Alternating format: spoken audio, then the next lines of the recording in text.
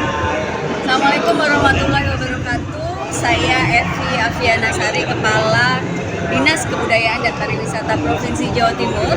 Saya mengucapkan selamat melaksanakan Disnatalis ke-47 untuk Universitas Madura.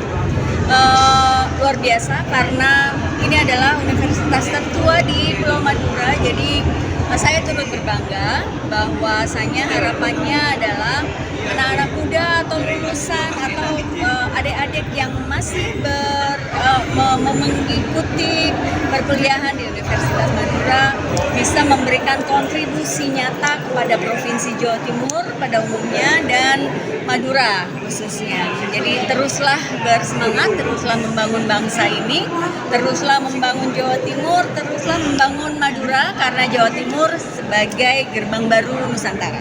Selamat sekali lagi. Assalamualaikum warahmatullahi wabarakatuh. Waalaikumsalam.